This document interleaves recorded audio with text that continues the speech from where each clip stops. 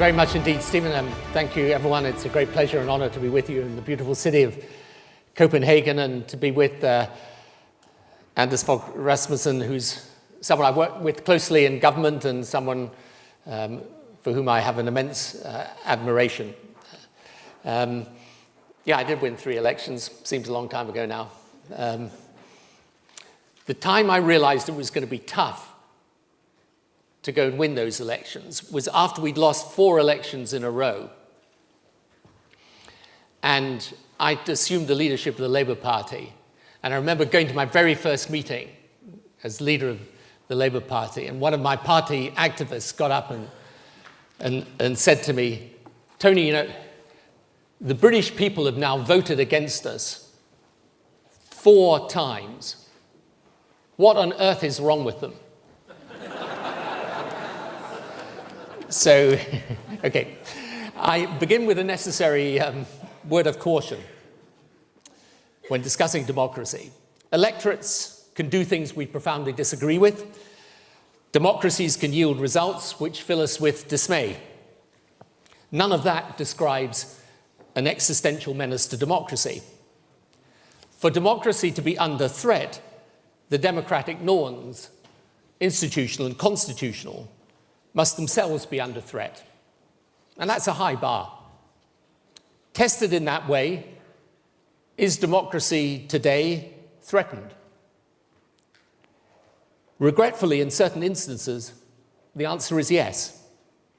But more broadly, there is a mood of alienation and discourse which, if unaddressed, threatens the spirit of cohesion essential to the functioning of democracy.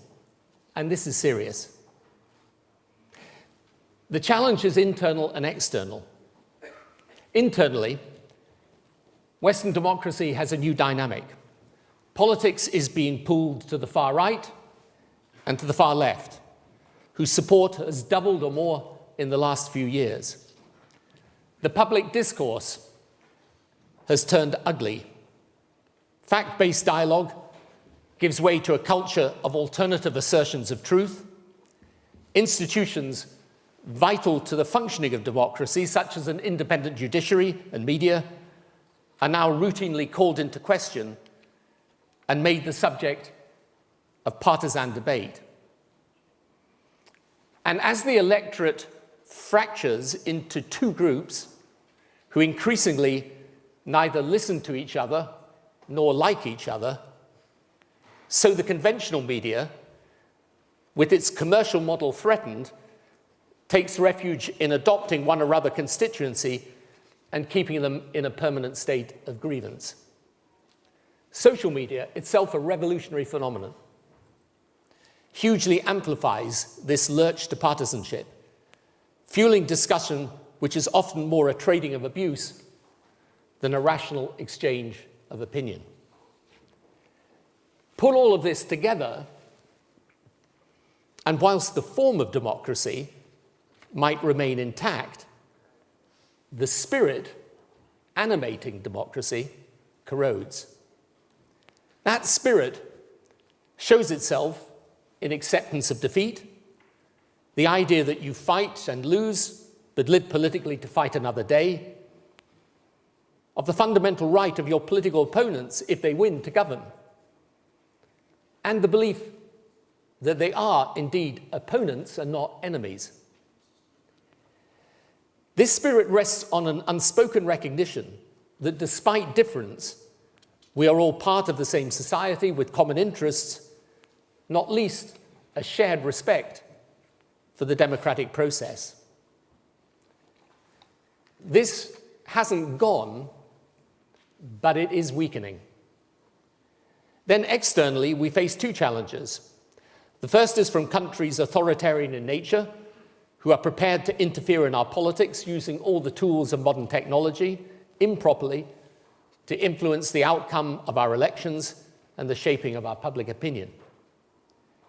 The scale's unclear, but that itself is a warning. We should know exactly who is doing what and by what means. In a excellent paper actually published today by my institute, Shashank Joshi, details the threats and the different ways Western democracy should be protecting itself by building systems of resilience, political, economic, ideological, against interference with our democratic process. We can maintain necessary relationships with these countries and value them. There are many problems which require the involvement of Russia. We should not seek to contain China, but rather develop a strong partnership. But they should know we will always defend our way of life. The second challenge requires us, in my view, to be self-critical. There is more than a mild flirtation in the West with what we can loosely call rule by the strongman, i.e. the leader who has supreme control over the levers of government, sets a direction, and dismisses all opposition to it with varying portions of disdain and repression. We must understand the attraction of this model since its footprint is growing. Someone in China said to me a few weeks back, look, we've examined your system. We see its results. We look at the state of your media. We analyze the nature of your decision-making. And we conclude it doesn't work, at least not for us. It's too short-term in its thinking. Your leadership is buffeted by any passing squall of public opinion. Scandal, real or imagined, substitute for policy debate. And the consequence is you can't take the necessary decisions for the long-term health of the nation. This critique is mirrored in parts of our own population. It's why President Putin inspires admiration in parts of Western opinion, why the Prime Minister of Hungary can talk openly of illiberal democracy, why populist parties gain traction offering solutions which may not work, but which have a visceral appeal. This is an insidious and dangerous challenge. It's what I call the challenge of efficacy. Namely, that traditional democracy isn't delivering, that it's complacent for sure, but more, that it's impotent, unable to secure the change that people want to see. So, of course, we must defend democracy, explain it, advocate it, insist upon its place. But the weakening will continue unless we also show that it works. If the normal political class is failing, incapable of sorting out the things people want sorting, and every time it sees a wall, it retreats, then eventually people turn to someone who will drive through the wall, who is prepared to pull the house down in order to rebuild it, and whose very riskiness becomes the very attraction. The financial crisis and the ensuing years of cutbacks in public spending have left many feeling pessimistic about their future. Accelerating disruption through globalization and technology cause insecurity and anxiety that the world is changing and in ways beyond our control. We shouldn't exaggerate it. Recently, economies have grown steadily, unemployment is falling, and not everyone feels this way. But enough do, and with enough reason. People look at the authoritarian system and they say, you know what? At least he gets things done. And he doesn't give a damn what they say. Suddenly, the divisiveness, which would have been a political handicap in times gone by, transforms into a successful political strategy. The leader then polarizes still further, delegitimizes not only opposition but independent institutions. And when the solutions don't work, doubles down with a winner-takes-all mentality. That moment is when the substance of democracy, not just its spirit, is in danger. The response, however, must be hard-headed, not only garlanded with lofty sentiment about democracy's values and virtues. First, if we want the anger driving populism to abate, we need answers, ones which rekindle our society's optimism that the future can work for them. This needs big decisions, a radical but sensible new policy agenda, probably a redesign of government, and leadership which is willing to take on the populism with unrelenting vigor, but in pursuit of a plan for change.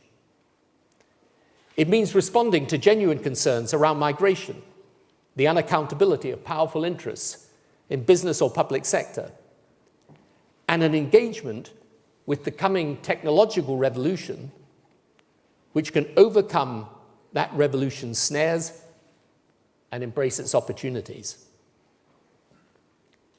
Immigration, overlain with worries about security and integration from countries outside Europe's borders, is upending politics all over Europe. It was central to Brexit. In the two summits next week, Europe must show it has heard the message, will act on it, with a comprehensive plan which, whilst true to Europe's values, demonstrates that democratic leaders have both the will and the power to be effective.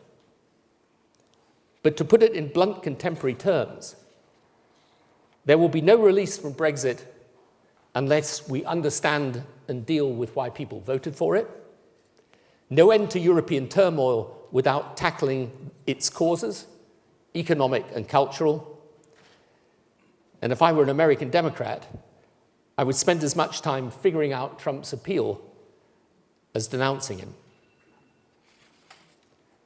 Second, we need to reinvigorate the politics of building bridges to those disaffected from our democratic process, pulling people back towards the center, celebrating the practical, not the partisan. It's about solving people's problems, not exploiting them. But we can only do that if we accept the problems are legitimate. And third, and most obviously, we must remake the case for democracy, but can no longer assume its acceptance. But we can do this with confidence. There is a reason why first world economies are democracies and why no two democracies have ever declared war on each other. The rule of law matters. Try living without it. Dictatorships may begin as benign, but they seldom end that way. There are countries which at a certain stage of development or with a certain history are not yet suited to our system. But ultimately, power residing in the people with institutions of integrity which survive different governments is the way most people would choose to be governed if they had the choice. But we need to make the democratic case anew from first principles. This is why this conference is important. But it has another significance. We also must revitalize the Transatlantic alliance in defense of liberal democracy. Alliances can be based on temporary associations of interest. But this transatlantic alliance has always derived from profound shared values as well as interests. The context for it may have changed, just as the context for the European Union has changed, from one of peace in the aftermath of World War II to one of power in the 21st century, as the globe becomes dominated by three giants, the USA, China, and India, and several countries with populations double, treble the size of the largest European nations. But the underlying rationale for Europe is as strong as ever. Likewise, the Transatlantic Alliance for years existed in a unipolar world. Today, it's a multipolar one.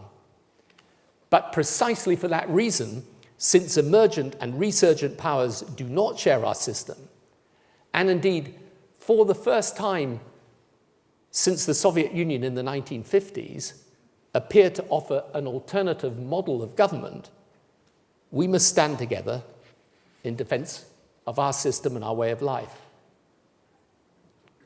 We need to engage the minds and hearts of the people. They need to hear the arguments from a leadership willing to step out and not step back. Democracy needs to revive its spirit, but it also needs to be muscular. Those who would weaken our democracy from within should know they will face an adversary determined enough to wage this fight and smart enough to win it. Those who would undermine it from without should understand that there is no realpolitik which will allow such interference to go unchallenged. So, this is an important moment, Anders has shown great foresight and wisdom in putting together this Alliance for Democracy. It's the right time, and it's the right cause, but I do say the urgency is manifest. Thank you very much.